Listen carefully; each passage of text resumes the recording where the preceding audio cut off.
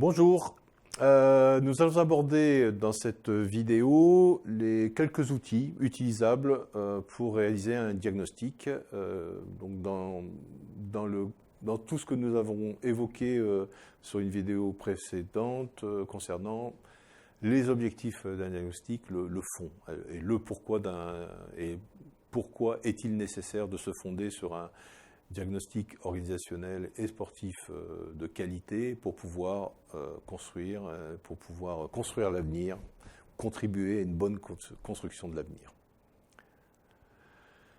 Donc quelques outils utilisables. Alors évidemment, ce ne sera pas exhaustif, ce sont des éléments qui peuvent vous aider à conduire ce diagnostic. Et évidemment, il existe d'autres outils utilisables, mobilisables, et vous serez peut-être amené à créer vos propres outils. Donc l'idée aussi, c'est, dans l'utilisation des outils, c'est pas neutre, parce que cette phrase, c'est aussi préparer l'éventuel changement si on s'aperçoit que globalement, on s'oriente, bon an, mal an, vers des fortes remises en cause dans l'existant. Quand on parle d'outils, il faut toujours faire des mises en garde pour que l'outil ne dépasse pas ce qui est essentiel. L'outil est au service de quelque chose, toujours. Donc l'outil au service du diagnostic et de la qualité du diagnostic. Donc attention à cet aspect-là. On n'utilise pas l'outil pour l'outil, mais l'outil pour ce qu'il va apporter. L'outil doit nous permettre de tenir compte de la complexité qui est dans le contexte dans lequel nous baignons tous, dans une organisation humaine.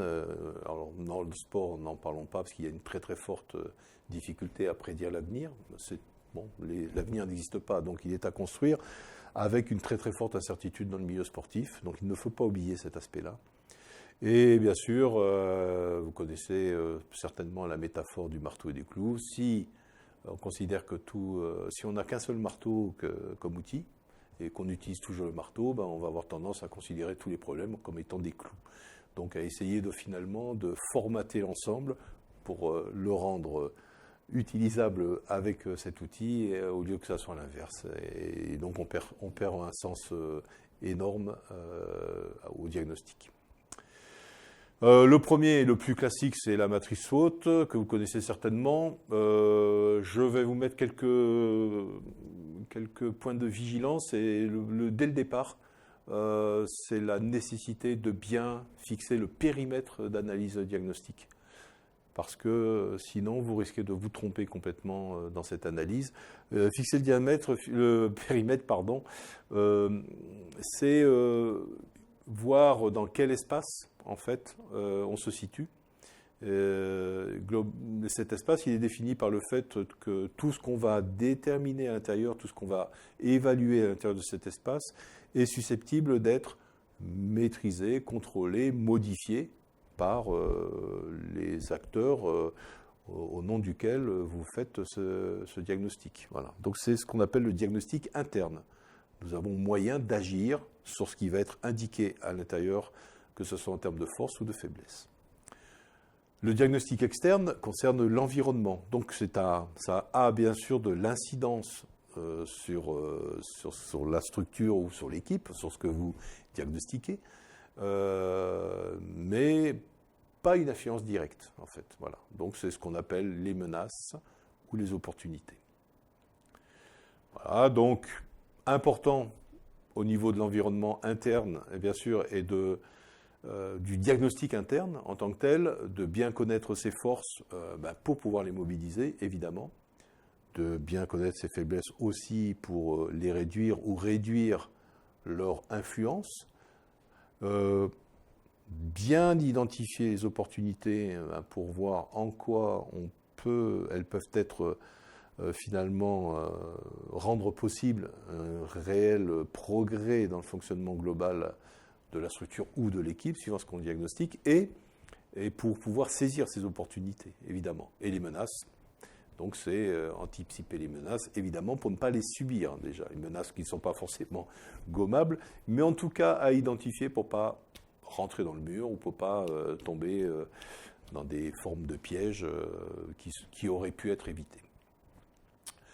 Alors, les questions qui ça va découler, évidemment, sont ces questions très très naturelles et donc auxquelles il faudra répondre. C'est nos forces vont-elles nous aider à saisir les opportunités qui se présentent, donc un axe fort qui nous permettrait de fortement progresser et améliorer si besoin les choses. Nos forces vont-elles nous aider à surmonter les menaces à venir, globalement? Est-ce qu'on peut faire que nos forces, en les mobilisant et peut-être encore en les augmentant, puissent finalement de passer l'écueil des menaces sans aucune difficulté? Est-ce que nos faiblesses nous mettent en danger face aux menaces? C'est-à-dire, globalement, est-ce qu'il y a des éléments identifiés comme des faiblesses qu'il faut d'une manière prioritaire régler, sinon les menaces auront un impact très très fort sur le fonctionnement interne? Ou bien, comment nos forces peuvent-elles nous aider à améliorer nos faiblesses, c'est-à-dire globalement comment utiliser nos forces en interne pour réduire ces faiblesses. Et là, ça nous permet de déterminer des axes stratégiques, plutôt qui va sur le côté fort et opportunité, force-opportunité, comment avoir un levier très très puissant qui va nous permettre de progresser fortement sur des aspects importants. Est-ce que globalement nos forces, est-ce qu'on doit les utiliser pour gommer les menaces, les éviter, les contourner? Est-ce que nos faiblesses peuvent être limitées en saisissant quelques opportunités qui vont nous permettre de les régler et de nous faire progresser et finalement de consolider notre structure ou notre équipe? Voilà toutes les questions qui se posent sur la définition des axes stratégiques. La matrice BT-OPP. Donc ça, c'est une matrice particulière qui a été créée là aussi dans le monde de l'industrie, qui va nous permettre de finalement synthétiser des dysfonctionnements qui sont observés, voilà, et d'évaluer le niveau, l'impact de ces dysfonctionnements sur la structure, sur le fonctionnement global. Voilà. Donc on pourrait lui reprocher à cet outil d'être centré sur les dysfonctionnements. Mais par ricochet, ça permettra d'améliorer ces dysfonctionnements. Les identifier est quand même fortement intéressant. Donc là, vous avez un classement qui a été établi par les concepteurs de cette méthode, très lié aux professions, très facile à mon avis à réguler, à réorganiser en fonction dans le cadre d'une structure de type club ou comité, si vous travaillez dans un comité, donc sur le métier en tant que tel, sur la technologie, l'organisation, les processus, le personnel, et globalement, donc, vous voyez le fonctionnement. Vous avez donc ici une explicitation des dysfonctionnements qui sont donc identifiés dans le diagnostic, et ensuite, eh bien, vous déterminez si ces impacts sont plutôt faibles, plutôt moyens, plutôt élevés, et évidemment, la priorité des priorités sera certainement de régler les dysfonctionnements qui ont un impact élevé, évidemment, sur l'organisation globale. Autre outil, donc le diagramme des causes à effet, donc, ou appelé diagramme d'Ikishiwa, donc, a été fait aussi dans l'industrie japonaise au départ.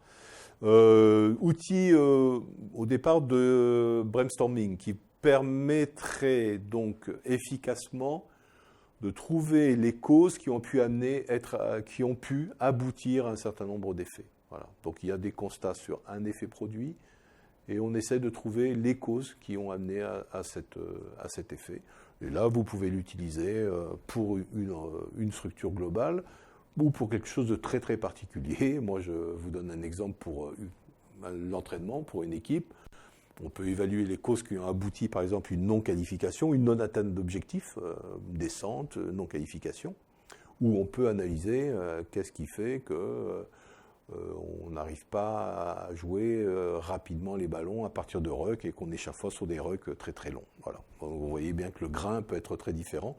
L'idée, c'est d'analyser toutes les causes. Dans un premier temps, en outil de brainstorming, on jette toutes les idées possibles et sans trop se poser des questions, sans trop fixer, et on raisonne sur tout ce qui peut aboutir à cet effet. Et ensuite, on essaye de vérifier à l'intérieur de ça ce qui correspond globalement à l'organisation, à la structure ou à l'équipe. Voilà.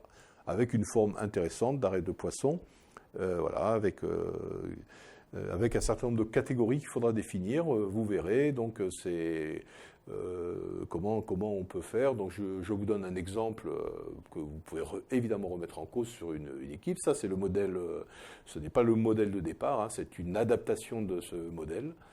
Voilà, une adaptation dans laquelle on a travaillé donc, sur un effet produit au niveau d'une équipe, voilà, tel que ce que je vous ai indiqué tout à l'heure.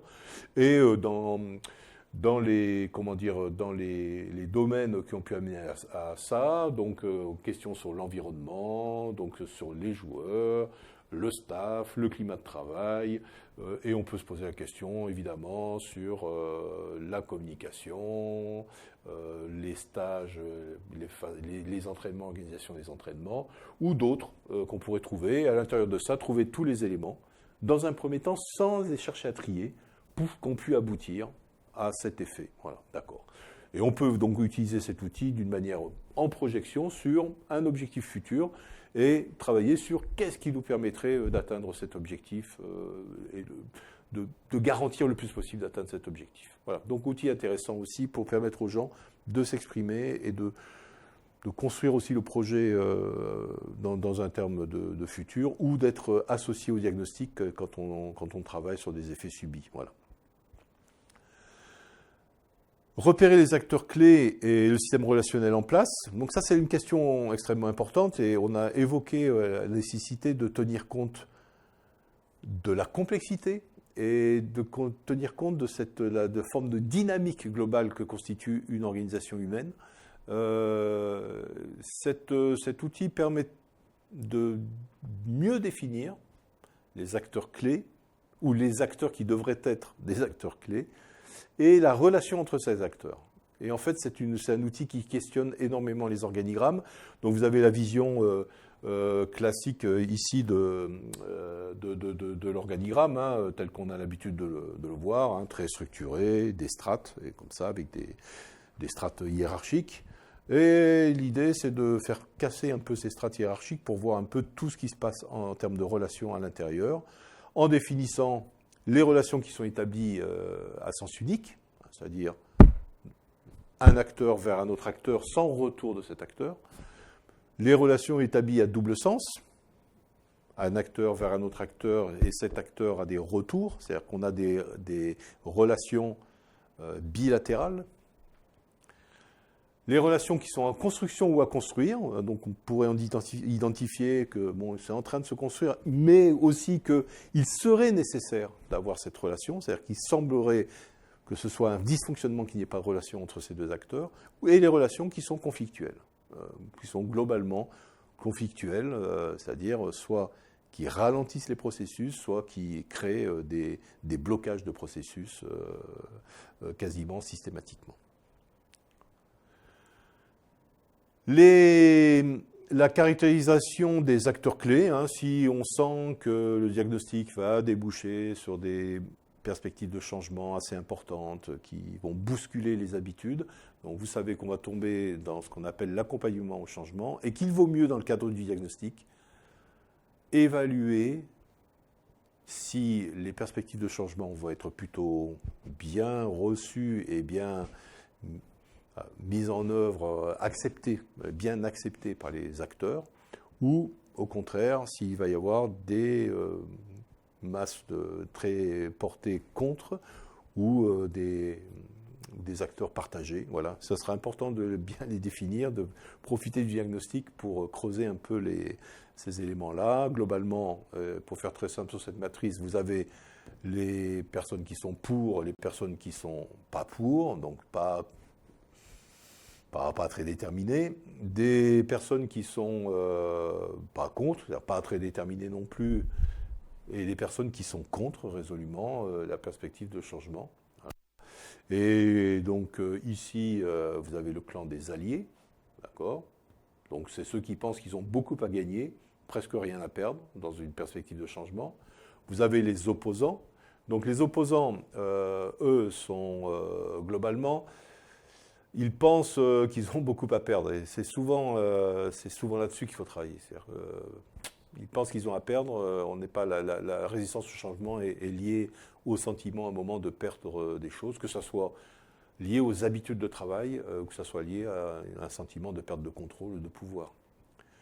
Vous avez donc évidemment au croisement et plutôt sur le versant, donc les déchirés, c'est-à-dire ceux qui ne sont pas ni pour ni contre, qui ne savent pas trop s'ils ont à gagner, à perdre, ils ont le sentiment d'avoir un peu à gagner, un peu à perdre, voilà. Donc, et ceux qui sont complètement pour le moment indifférents. Donc les indifférents, eux, sont un peu en retrait. Voilà.